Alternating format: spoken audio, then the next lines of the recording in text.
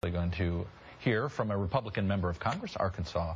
Congressman Tim Griffin is a lieutenant colonel in the Army Reserves. He joins me now.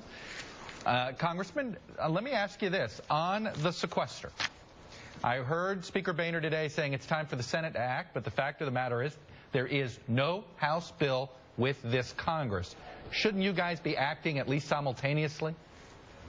Well, we've many times we've passed bills and they've gone where many good things go to die, and that's the United States Senate.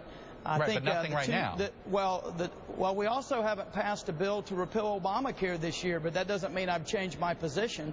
The bottom line is I think everybody knows where we stand on this, and we passed 2 bills last year.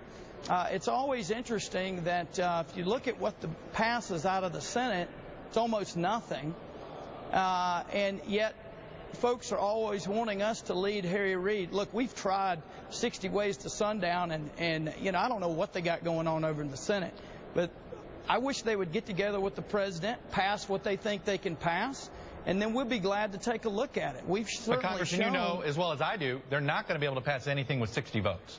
They may be able to pass some things with 50, 52, 53 votes. They're not going to be able to pass anything with 60 votes.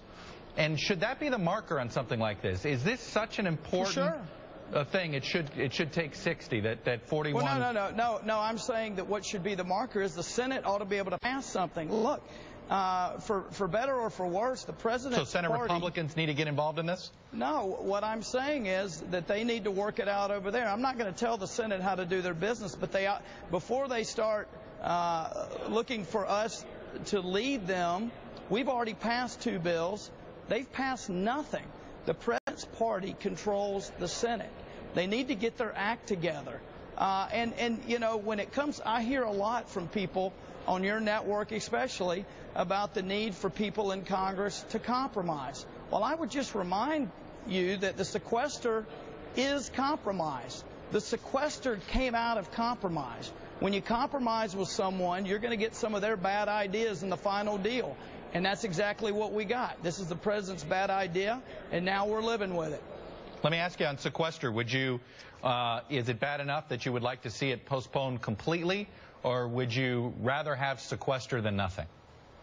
Well, if the alternative is to continue spending on the path that we're on, then that's not an option. And here's what I would say. There's been a lot of talk about scaring people.